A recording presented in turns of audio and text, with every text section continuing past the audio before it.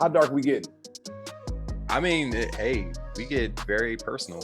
Being an only child and like kind of always having to figure out and kind of adapt to wherever you're gonna be, it kind of lets you be in a position not to ever meet a stranger, right? Instead of me getting in trouble, my dad was like, watch and write down what everybody else is doing and then come tell us the story later. I turned this into something because it's really not about you. I'm giving somebody I'm related to, they can think about someone just like this that they know. As always, y'all kick back, relax. Welcome to SUAVV Sessions with Tone Bell.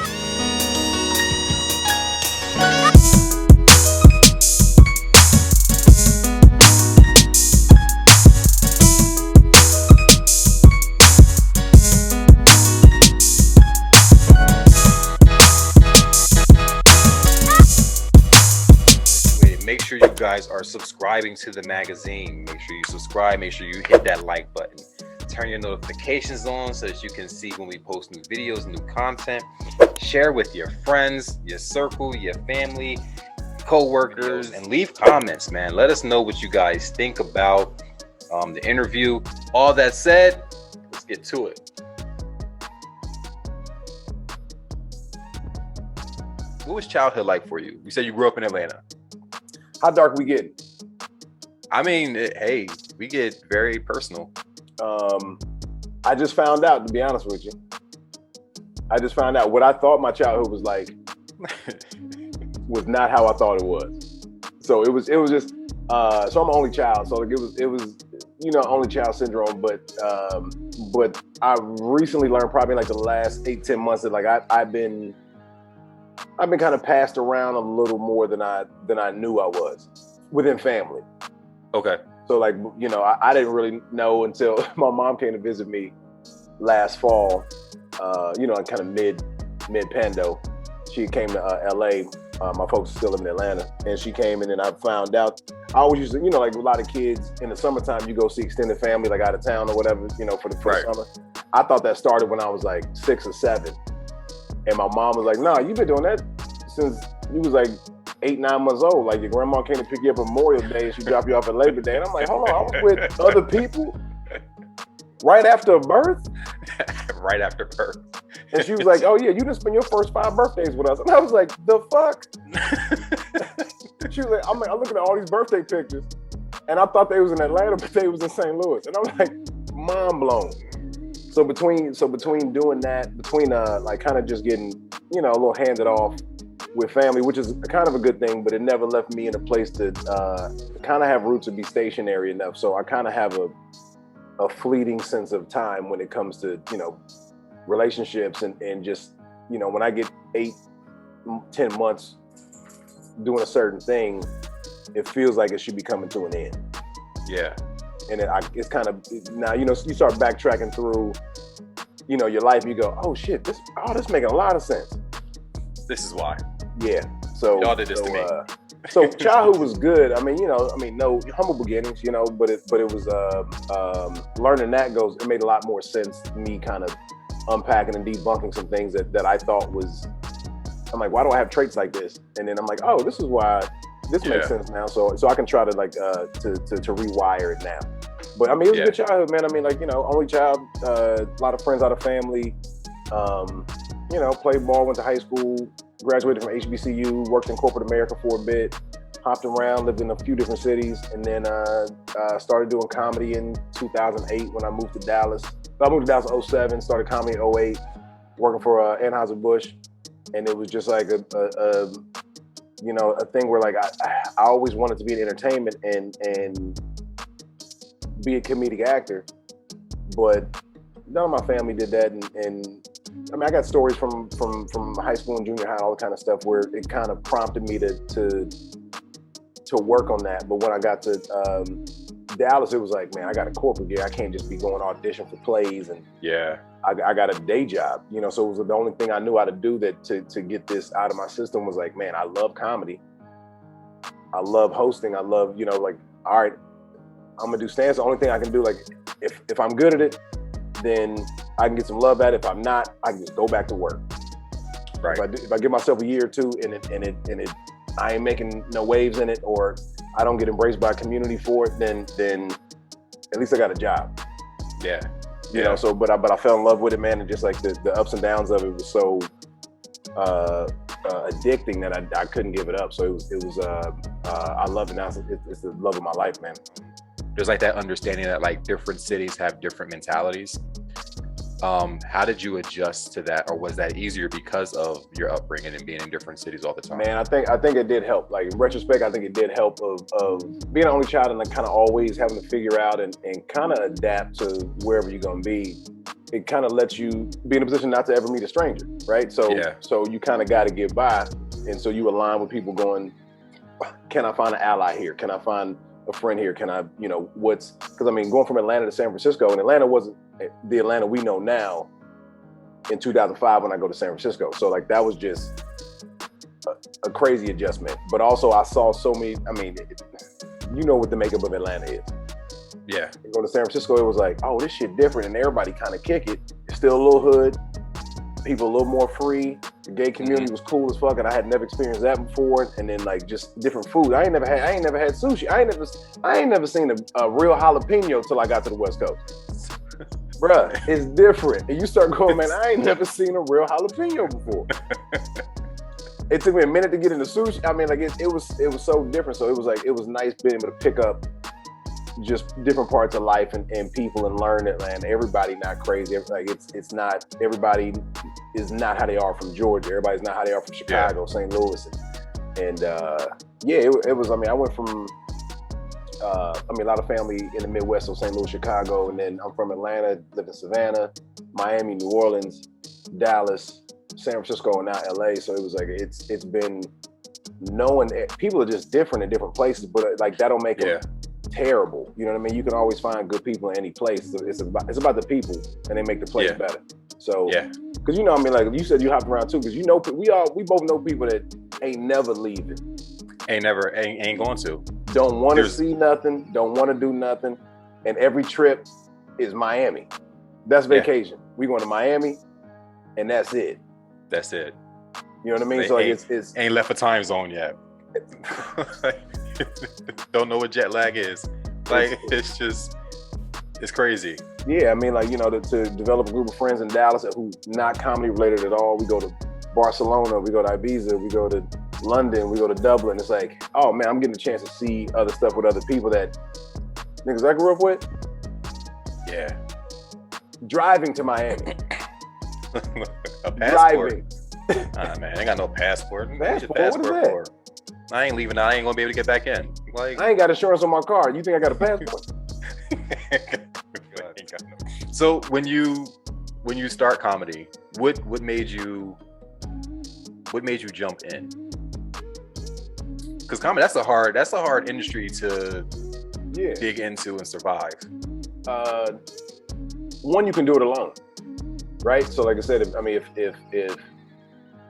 you're good, you get a pat on the back. If you bomb, you go home, you feel terrible.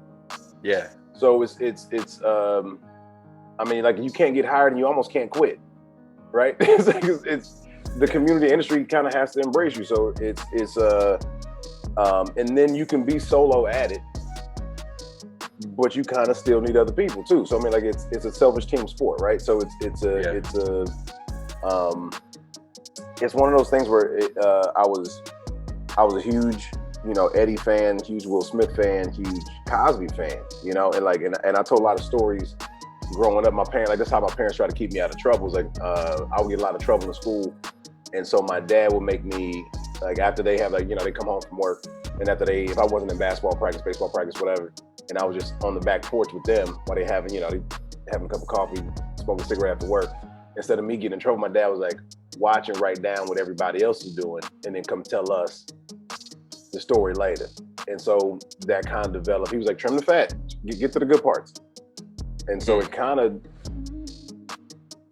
got me on the road of how to tell a story. Like, how do I start this? How do I end this?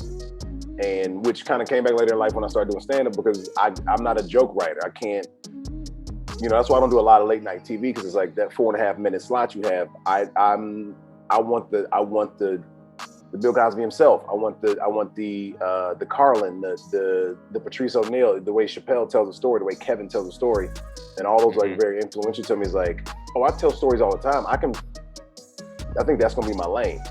Yeah.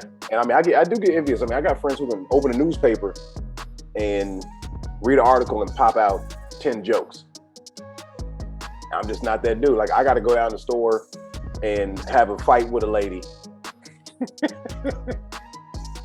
You know what I mean? I gotta be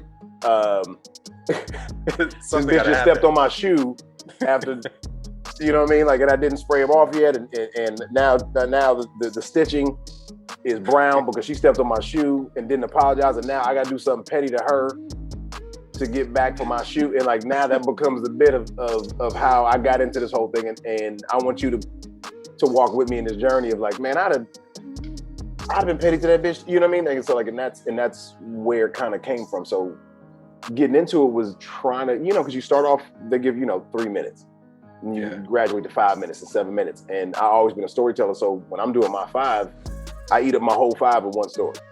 Yeah. And I eat up my whole 7 with one story. And I get to 10 minutes, and now it's 2 5-minute stories. So it's always been, it was a little different than anybody else was doing in Dallas where I started. And I don't think because I didn't have any support there, I think it was easier because, man, you know how it is, man. You try to start something, and even the people that care about you the most really don't believe in you the most. At all. So I don't even know, I can be honest with you, I don't even know if I would have started in Atlanta. I can't say either way. I just don't know if I would have. But being in Dallas where I really didn't have I had one cousin that lived in Dallas, and she was busy raising her son, and I would see them every now and then, but it was like I was kind of out there on my own.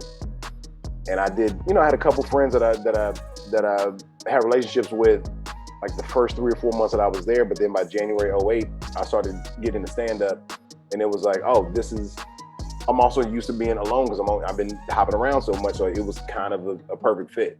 It was kind of a perfect fit on everything changes all the time with stand-up. I don't know where I'm going to be. I don't know what the crowd's going to be. So that's what I was used to. It was like a little bit of controlled chaos. Nice. And it's crazy because that style of comedy is hard.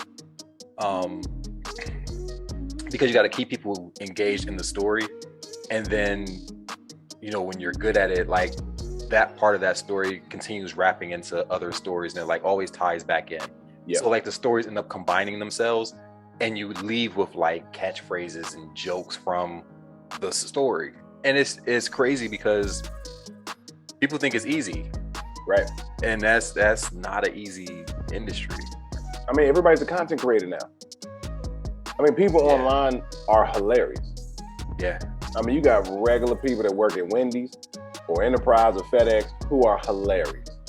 Yeah. And probably would never touch a stage or a mic, but them TikTok moms. At this point, you don't have to. No. Nah. So I mean, it's like, how do you keep creating content that's organic like comedy for people to keep coming back, like traditional stand-up? Yeah. I mean, so some stuff translates, some stuff doesn't, but I mean, I got a notebook full of stuff that I think is hilarious. It just never worked how I wanted it to work, so people probably don't hear it as much. I mean, then you catch that one thing, but also it's hard. Like I said, the same dude who can take a newspaper and write 10 jokes can pop out material every day. Mm-hmm. Right? And then when I write something, it's a new 20 minutes. Yeah. And it might not happen for a month and a half. And then that one thing hits and you go, oh shit, I just got a new 15. Right. I got a new 15. If I can keep people engaged in this, I just burned 15 minutes, and all I gotta do is I gotta get another 45 for this new project, whether it's gonna be an album or a special, whatever it's gonna be, or just some material you just throw out there for the internet, online, and just try to keep you engaged. So I mean, everybody has a different skill set, so I think you gotta appreciate all of it. With so much content creation right now, how do you stay creative in this atmosphere? Like, how do you do it at this point? I'm not a slave to my phone. Like I don't post a lot. I don't tweet a lot. It's like when you see something from me, it's deliberate. And it's like, there's a bit of like, oh, he did something new. And it may not go crazy viral. It might just be for my fans. It might just be for my supporters. But it's like, I don't go live a lot. I don't post stories a lot. I just like, I got to keep my eyes out in the world so that these stories come to me versus me going to look for it inside this device. And I'm not slave to it. Yeah. I mean, I'm that dude that's like, I'll leave the house for 2-3 hours without my phone. people like, I was calling you. It's like, I didn't have my phone on me. I'd be out in the world butt naked. I've had friends get mad at me because we'll go out together and I'll leave my phone. They're like, got yours, what I need mine for? They're like, why would you leave your phone? That's irresponsible. I'm like, there's 5 of y'all. Like, the other 5 of y'all have a phone. Everybody that I know would know if they can't get me to call one of you. So carry it for what? Hold on, I'm gonna show you this something real quick. Hand me baby phone. This is so like last year, I was like, I'm not taking my phone no more. And I was like, I just wanna I bought this bitch. Just for fun. Phone only like the top 10 people that need to reach me can reach me. If I'm going on a hike, if I'm just leaving, that is it. This is emergencies only. Where did you even find that at? Hey man, don't be asking all the deep questions.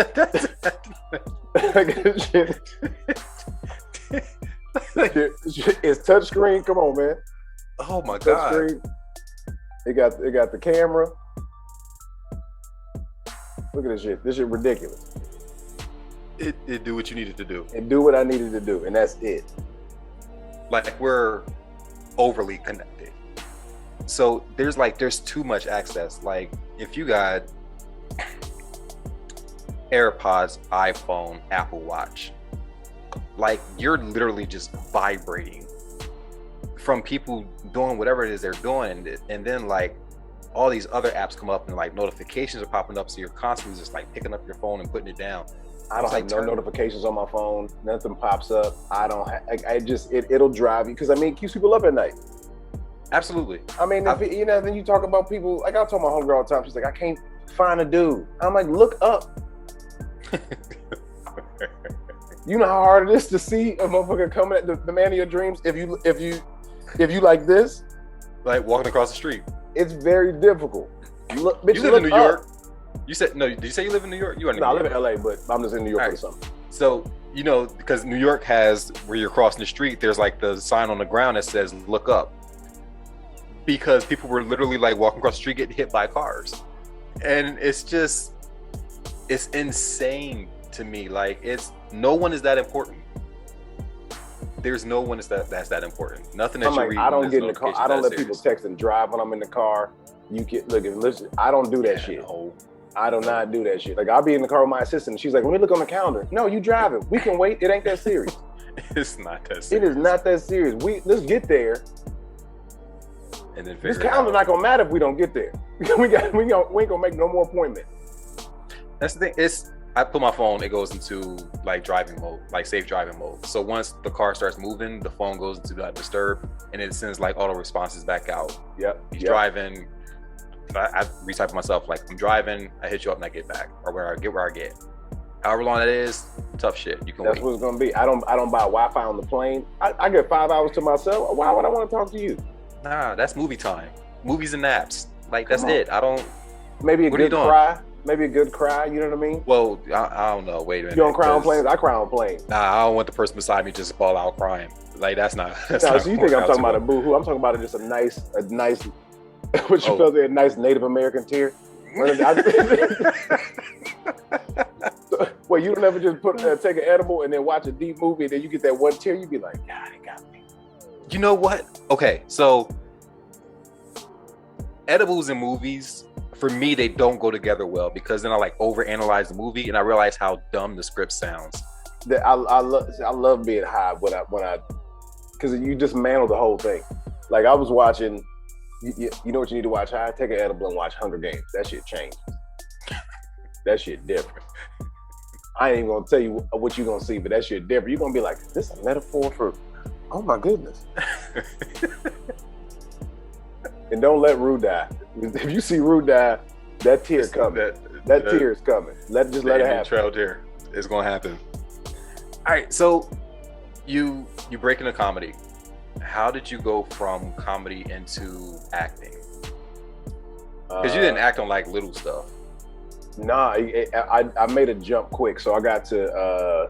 It's hard because you know, once you get in a position to at least where people want to be, right? And not to say, I mean, there's places that I went to when I was sent to, and I got friends who are doing what I want to do. And then, you know, you got people who you cool with, or, you know, people's kids or whatever, like, who ask you for advice, how did you get here? And it's very difficult for me because I, especially like the first 2 or 3 years of my career is very unlikely. So I did at the time it was called NBC Stand-Up for Diversity, right? So it was like a national stand-up competition through NBC, and like the, you know, the diversity inclusion program of like trying to find, you know, brown people, non-white people, or, you know, whether you're gonna be a writer or a director or an actor or a comedian. And I had done this competition like 4 years in a row, and then every year like chipped away at a little more. Than the last year, I kind of figured out the formula of what they're looking for and how to make it to the finals. And then I ended up getting in and getting this deal, this holding deal with NBC. So that was like September of 2011. And I moved to LA August 2011, early August 2011. And 3 weeks in, I booked a commercial, didn't have an agent, didn't have a manager, booked like a national commercial, then I booked like a few more commercials. And then 2 months later, I get a development deal with NBC. I mean, by November, I got to LA in August. By November, I had a deal with NBC. Wow. And then, I mean, dude, I'm on less than a year in, I'm a regular on a TV show. I'm not like a, you know, guest star. Like I got my names in the top, you know what I mean? So like that was, it was like less than a year in. So people ask me like, man, I don't know how this shit happened. I mean, I watched the business and I was trying to, you know, figure out the formula for what people look for and the business aligned with me. But yeah, it's kind of hard for me to give how it happened because I'm still learning. I'm on the job training. I got to set my first day. I auditioned for that show like 6 times. I get to set, there was a dude dressed just like me. This is how ignorant I was. I didn't know what a stand-in was. I had no idea. I was like, why is this nigga dressed? Is that my replacement? Why is he dressed just like me? I was mad. They were like, hey, Tone, calm down. It's your stand-in. Like, so when they rehearsed it, I was like, oh, okay, all right. Oh. What's your name, bro? And then we became friends and shit. But like, it was, I'm learning on the fly. I really don't know what's happening. Yeah. But that's the crazy thing is people try to figure out the industry before going into it, and you can't do that because none of it's the same.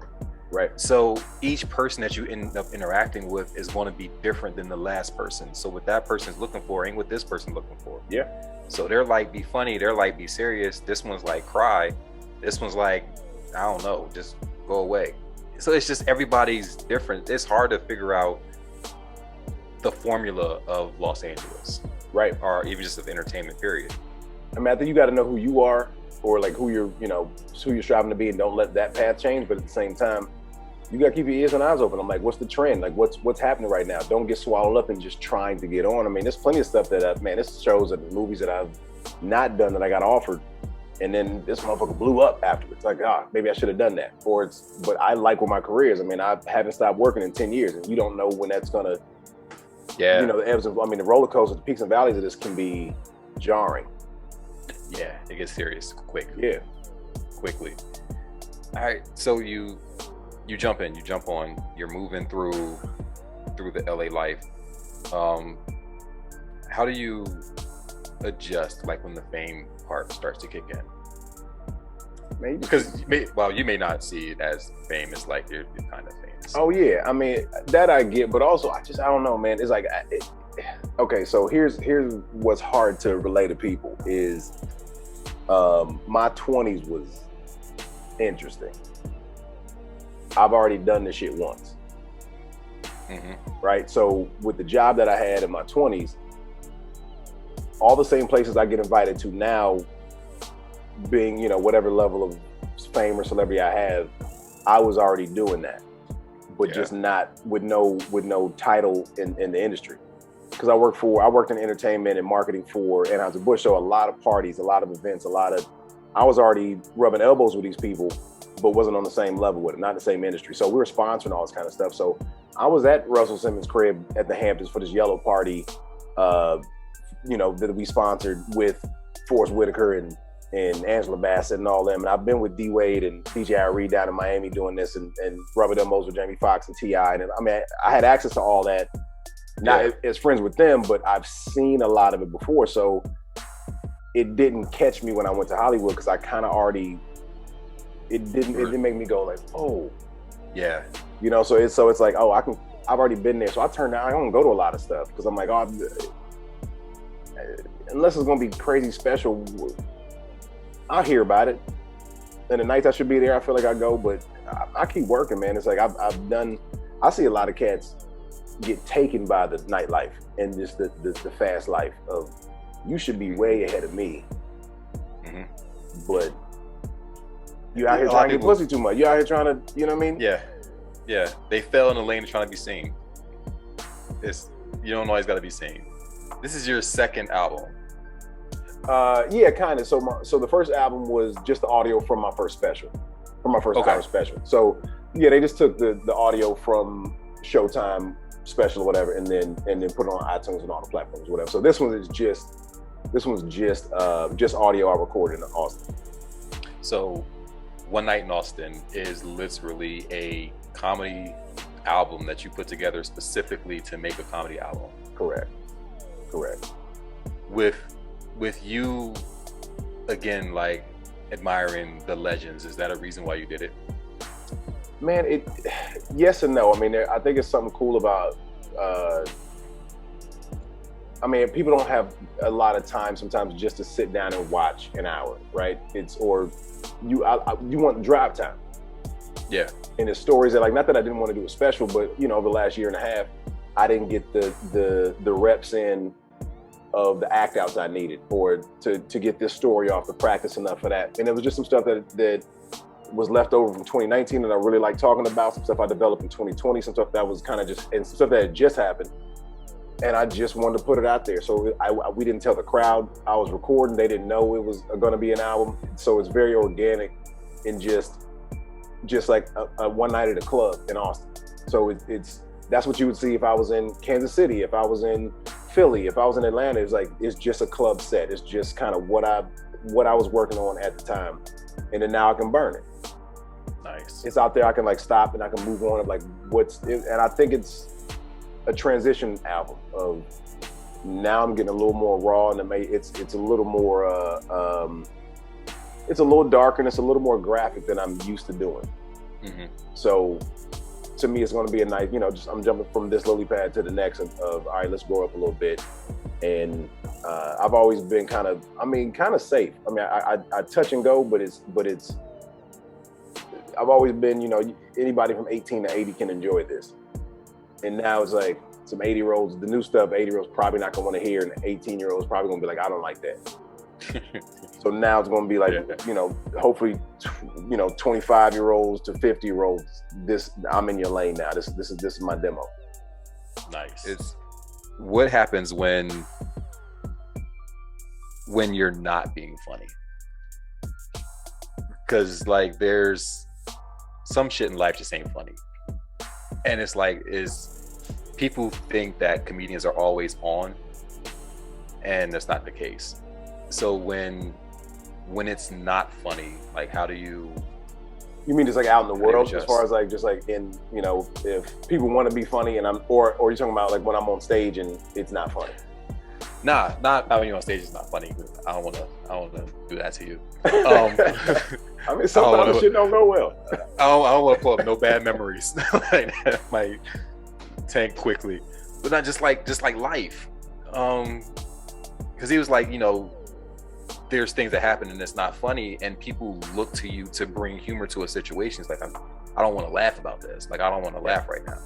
Like, how do you adjust with that? I mean, I think it's how you start. It's what I've never been the comic that's always on. And I mean, everybody holds court sometimes, and that, I guess those are your moments to be like the winner of funny right now, or to be